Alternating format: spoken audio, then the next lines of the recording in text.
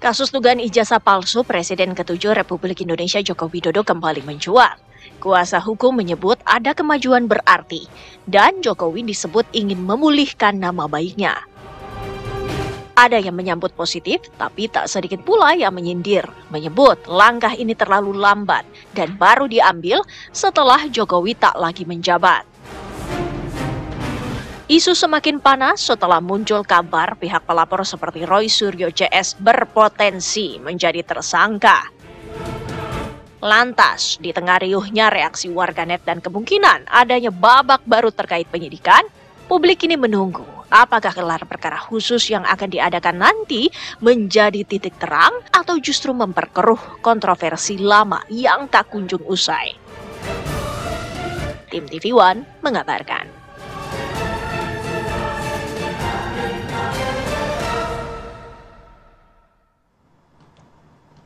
Ya, kalau saling nunggu gini siapa yang mau buka? Enggak, silakan kan sebagai imam ya kan. Oke, jadi silakan memulai. Kasusnya riuh, masa di sini sepi? Harus kita bikin riuh juga, ya kan? Astagfirullahaladzim, Harus jangan mengadu domba, tapi tolong ke arah-arah yang positif, menerangkan publik, memberikan kejelasan, jangan bikin jadi makin riuh kasusnya gitu loh, Philip. Jadi kita akan bahas pagi hari ini sebenarnya bukan lagi asli atau palsu, tapi ini dari sisi netizen. Nah, ini ya dia kan? nih. Lebih ramai dibandingkan di Bareskrim dan di Polda ya dia. Dirujak apa enggak sama netizen kan begitu ya kan? Dengan beberapa narasumber yang sudah hadir pagi hari ini ada siapa aja? Maria Segaf. Ini ada Bang Hendri Satria, analis politik dari Universitas Paramadina Jakarta. Selamat pagi Bang Hensa. Selamat pagi Philip. Selamat pagi. Ini netizen atau? Ini mewakili netizen julid apa enggak ada julid. Nah, kita lihat nanti ya dari sisi politik akan seperti apa ya. Termasuk juga kita ingin tahu lebih dalam nih ya, neti itu komentarnya apa ya kan di media sosial, viral nggak tuh ya, seperti apa narasinya. Sudah ada hadir bersama kami, ada Bang Riza Novadi selaku lead analis dari Drone Emprit. Halo Bang Riza. Pagi Bang Riza. Pagi Philip, pagi Sa. Bawa data apa pagi hari ini? Banyak banget pokoknya. Kita jabarin deh Bang gitu. Silakan. Parah ya. Yang menarik apa nih Bang? Narasinya sebenarnya seperti apa sih di media sosial, positif atau negatif?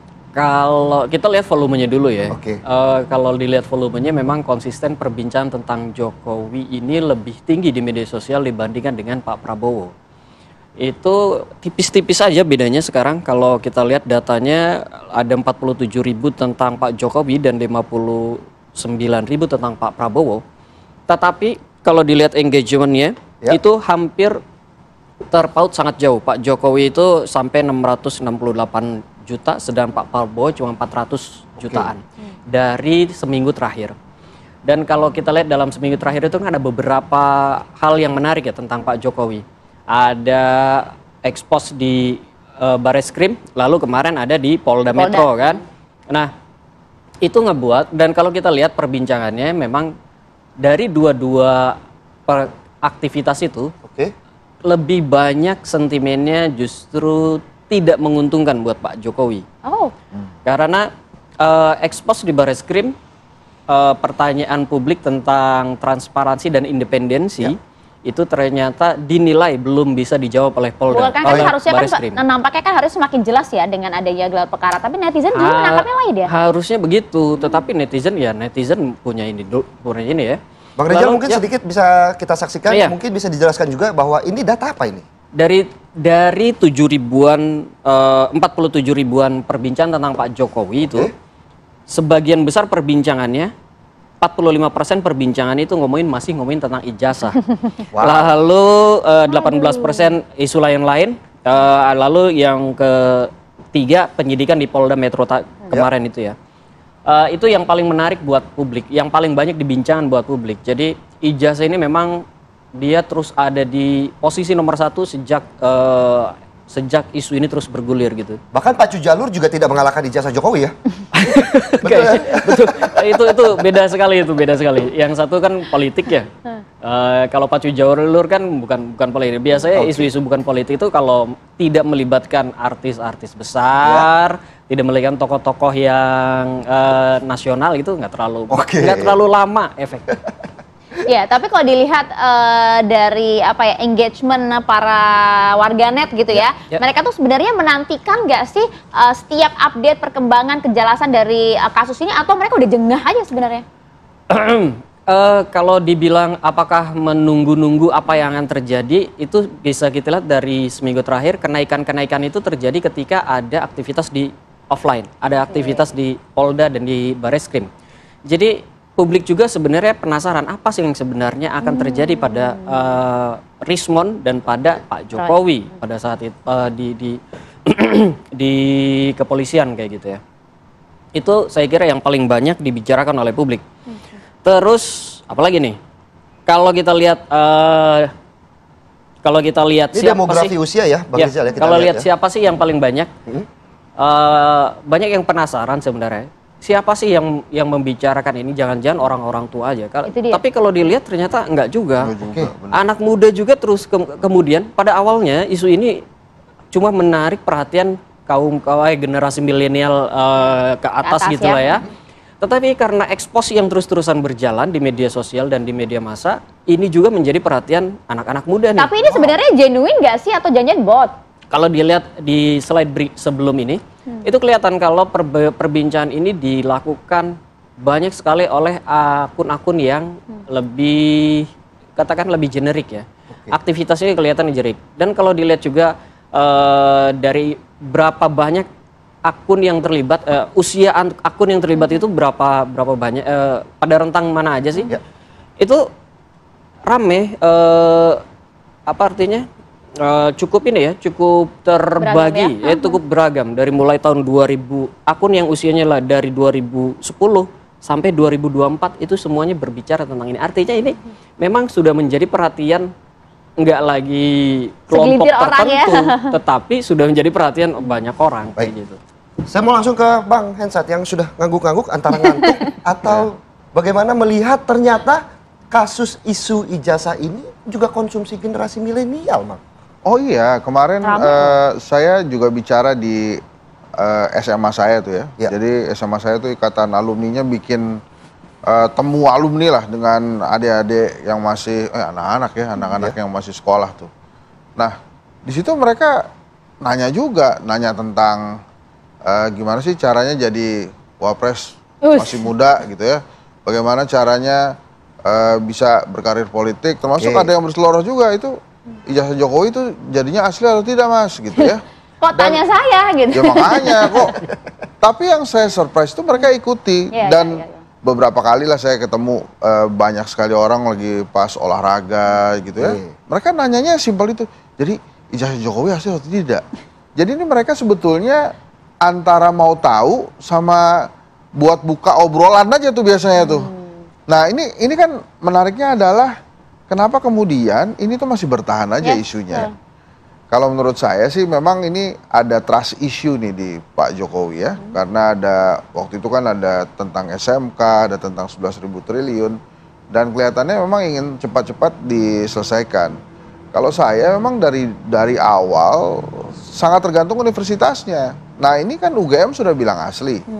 Maka itu kepala jadi kaki jadi kepala, UGM harus mempertahankan itu. Kecuali nanti mereka akhirnya mengubah informasi itu. Jadi yang saya tunggu nggak mungkin juga kan? Ya nggak tahu juga. Tapi yang saya tunggu adalah UGM aja. Nah selama ini kan UGM bilang itu. Ya memang belum pernah terjadi UGM-nya tampil bareng sama Pak Jokowi.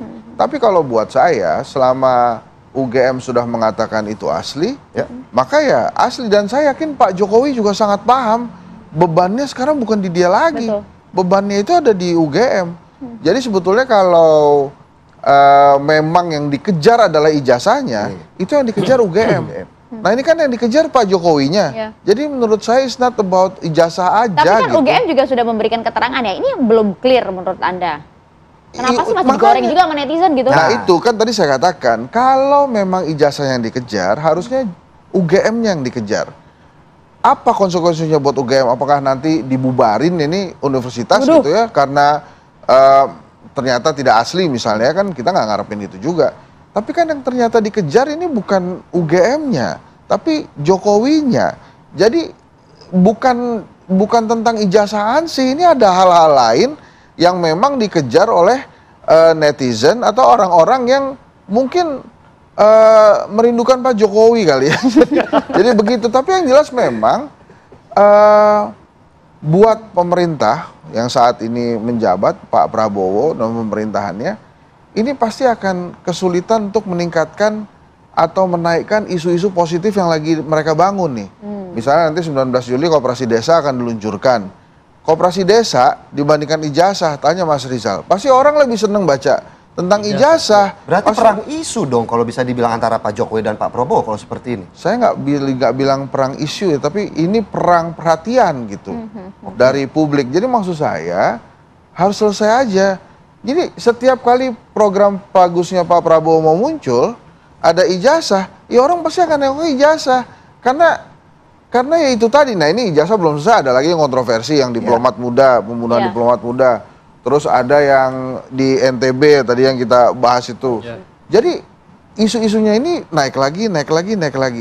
Kalau menurut saya yang paling dirugikan dengan case ini adalah program-programnya bagus, program-program bagusnya Pak Prabowo.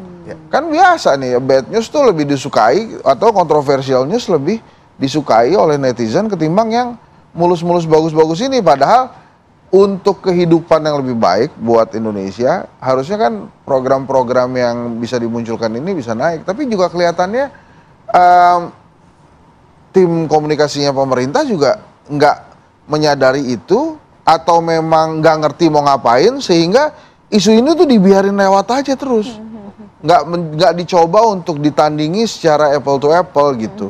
Si Koperasi Merah Putih yang bagus ini dengan ijazah Pak Jokowi. Jadi kalau menurut saya, kalau memang netizen benar-benar pengen tahu tentang kisah ijazah Pak Jokowi, yang dikejar harusnya UGM, bukan Jokowinya. Kecuali itu tadi, ada bukan sekedar ijazah ansih. Tapi bang, sosok dan kontroversial berbagai isu yang bisa dibahas gitu dari Pak Jokowi. Iya kan, coba, begitu ijazah Jokowi muncul tentang sakitnya Pak Jokowi kepulangan dari Vatikan.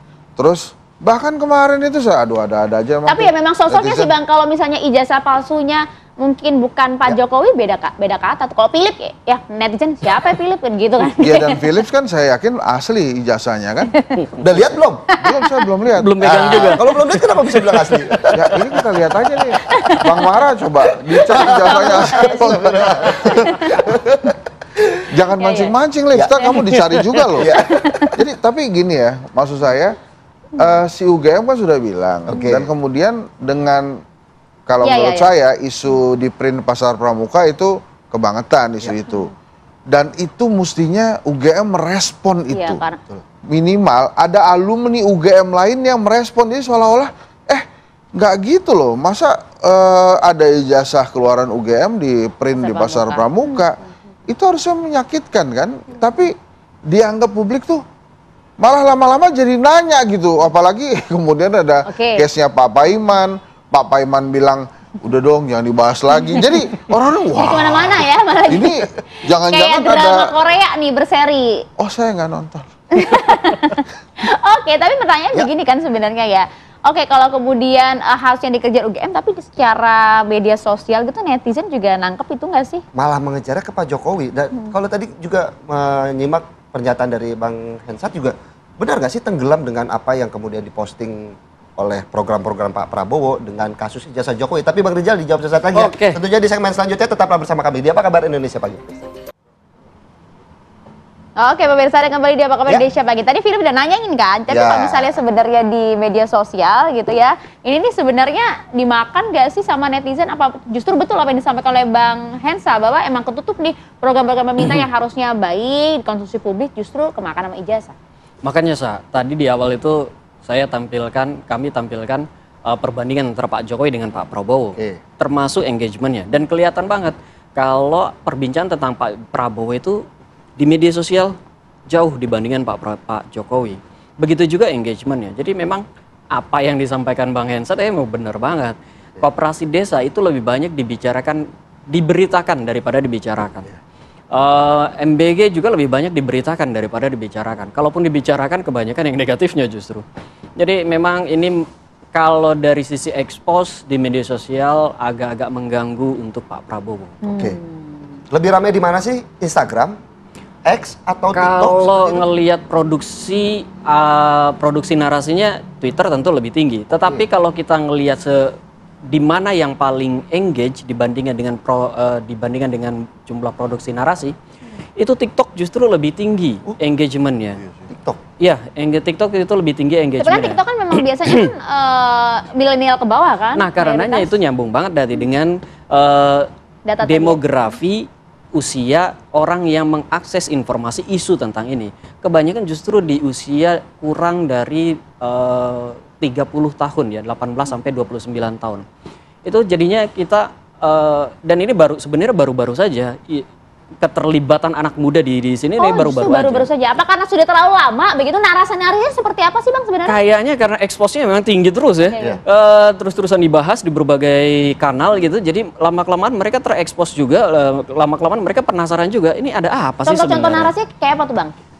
Contoh-contoh narasinya kalau yang masih netral-netral nih ya. Misalnya ada apa sih sebenarnya kayak gitu? Ini Jokowi bener nggak sih? Masih bertanya. Ini masih bener nggak sih? UGM bener nggak sih? Tapi kalau ya udah ada tendensi bahwa sudah ada kesimpulan gitu, kita ngapain sekolah di UGM? Kan ada banyak yang kayak gitu. Ngapain kita sekolah di UGM? Kalau ijazahnya bisa begini. Nah, kira-kira ada tuh narasi begitu ya? Ini bukan dari Bang Rizal kan? Oh enggak. Jadi ketakutan di UGM dibubarin tuh ada juga ya? Ada juga. Terus digerebek gitu bukan digerebek ya, digeruduk UGM sama alumni-alumni. Itu kan buat anak muda itu bertanya-tanya, ini ada apa sih sebenarnya? Kok alumni UGM ngegeruduk kampusnya sendiri kayak gitu? Itu ngebuat mereka, kebanyakan anak muda di TikTok itu memang masih bertanya, belum menentukan sikap gitu ya.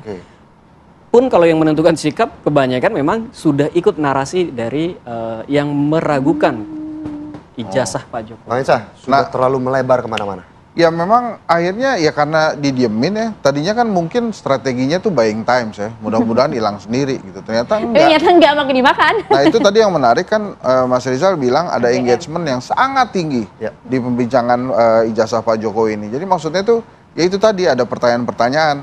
Kali kalau beritanya Koperasi Merah Putih, MBG diberitakan aja. Cuma nggak ada yang nanya, nggak ada yang curious, nggak ada yang pengen retweet, nggak ada yang pengen posting ulang gitu ya. Tapi kalau ijazah Jokowi ini engagementnya tinggi karena begitu muncul terus ditanyain lagi. Misalnya tapi bukan cuma FOMO doang kan, karena semua orang bahas nih, anak-anak muda kan yang biasanya FOMO nih ikut-ikutan doang, jadi yaudah deh ikut-ikutan nimbrung deh, enggak kan, enggak kayak gitu. Enggak, tapi memang itu nanya, apalagi kan memang case-nya ini mau lulusan, ada pendaftaran yang pakai ijazah. Kemarin tuh misalnya di YouTube saya ya, kan ngobrol saya sama Rocky, terus Rocky bilang gini, jadi gimana Bang menurut lo? Kalau gue, saya bilang ya, kalau saya nih tergantung UGM, iya gue juga setuju kata dia. Tergantung UGM ya, UGM bilang asli ya asli.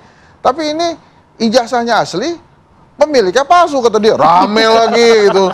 Wah jadi kemana-mana. Jadi maksud saya harus ada isu manajemen di case-nya ijazah Pak Jokowi yang dilakukan oleh pemerintah. Gitu ya. Jadi jangan hanya isu-isu kritikan kepada pemerintah yang kemudian diperhatikan oleh pemerintah dan kemudian mereka mengambil langkah-langkah tuh, ada yang take down segala macam kan ya. Tapi yang isu ini memang harus di-manage benar-benar. Bukan penggiringan isu ya, tapi memang manajemen ya. Di-manage ya, dalam arti kebebasan pers tetap dijaga. Kebebasan berdemokrasi tetap dijaga, tapi isunya ini di-manage sedemikian rupa. Saya yakin bisa lah pasti pemerintah manage isu ini. Kalau nggak bisa ya saya Henry Satrio. Panggil saya.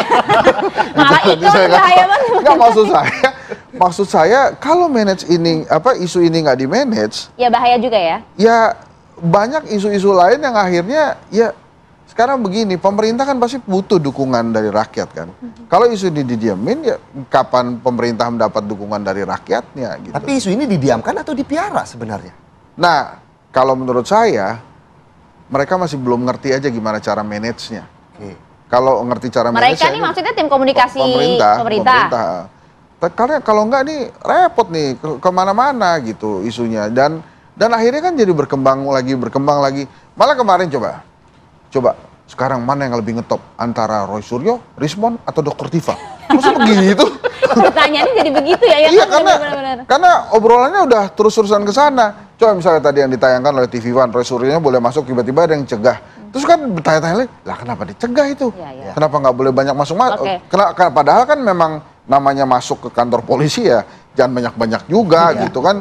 Bioskop aja ditanya tiketnya kan. Nah jadi isu ini kalau menurut saya PCO harus gerak ya?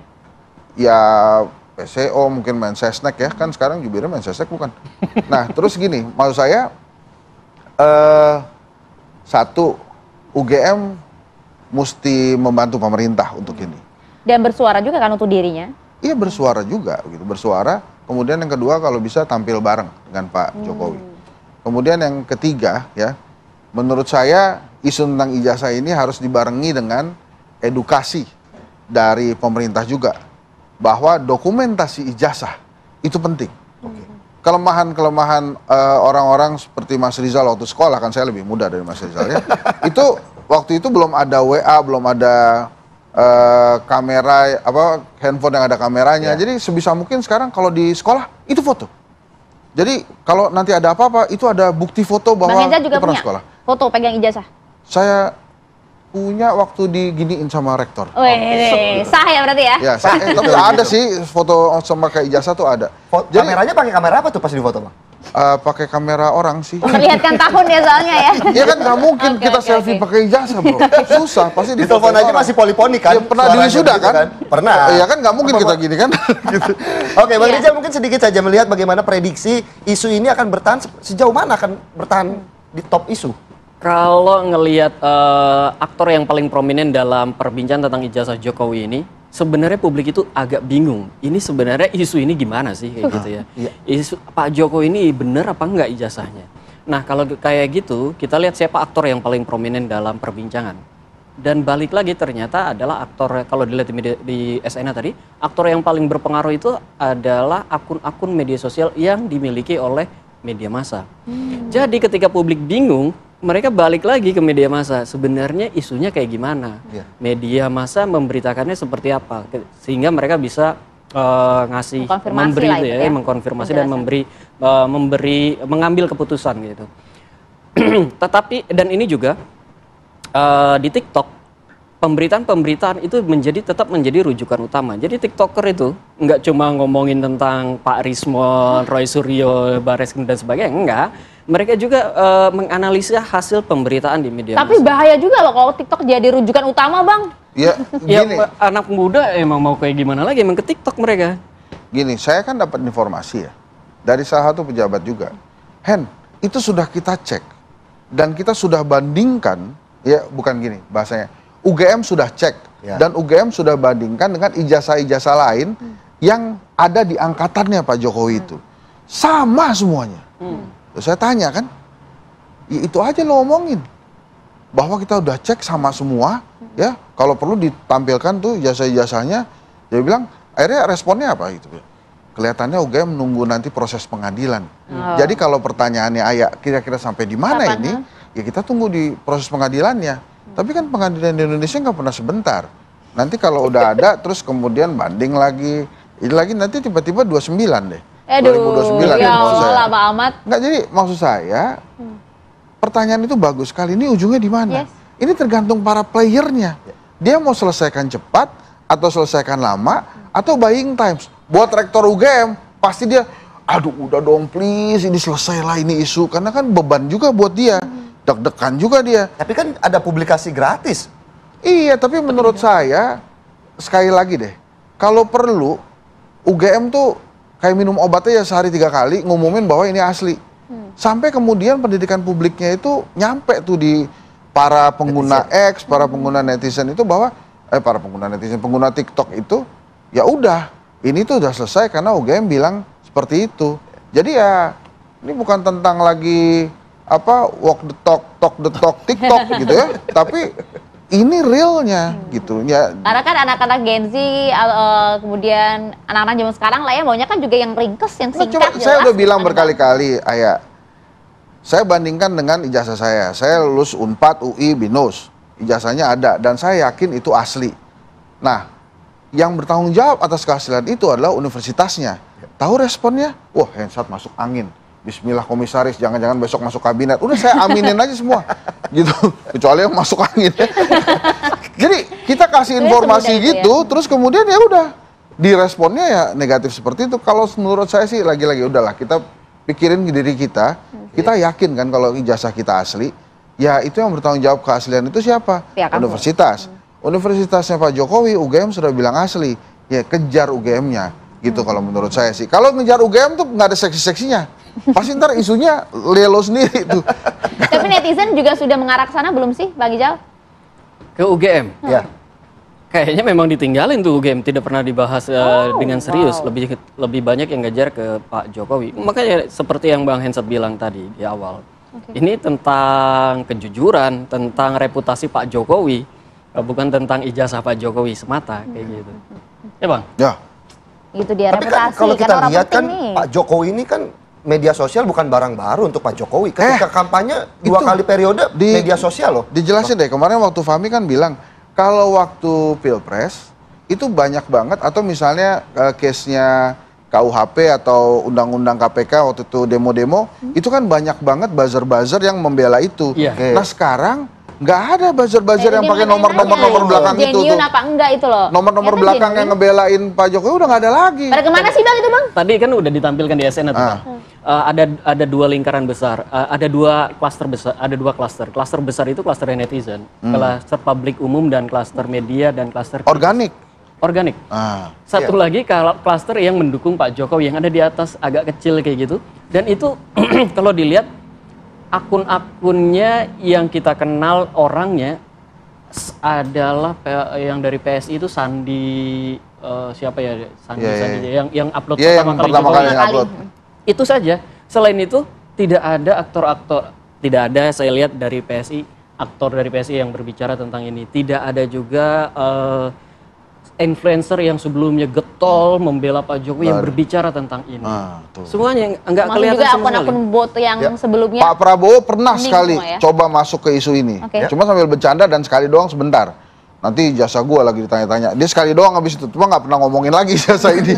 Jadi ini tentang UGM Jokowi, tapi lama-lama jadi seperti Jokowi versus Roy Suryo versus Rismon dan Dr. Tifa gitu. Oke, itu dia. Jadi sebenarnya ternyata tidak hanya kalangan tertentu saja, tapi juga ini juga menjadi makanan warganet secara keseluruhan, baik itu Gen Z maupun juga milenial. Jadi kita semua ingin tahu nih, kapan kasus ini selesai dan juga kejelasannya. Harapannya cepat ya Bang. Ya itu kalau dari tadi saya bilang, mereka semuanya nunggu pengadilan ya, suruh aja pengadilannya cepet-cepet. Itu dia, terima kasih banyak Bang Hensa. Terima kasih Bang Hensa, terima kasih Bang Rizal untuk waktunya pada pagi hari ini. Bismillah, Komisaris. Jangan aneh-aneh deh, Lip. Habis ini ditungguin sama Bang Hensa. Baru kali ini Bang Hensa nggak bisa ngomong. Saya ngeliat Bang Hensa nggak bisa ngomong kali ini pagi hari ini. Dan pemirsa, di segmen selanjutnya kami masih akan kembali. Ada berita apa? Maria Segaf. Oke pemirsa, jadi Satgas Pangan dan juga kepolisian ini menemukan ada unsur kecurangan, bahkan juga pengoplosan terhadap beras-beras bermerek hingga merugikan negara mencapai triliunan rupiah. Sesaat lagi informasi untuk Anda ya.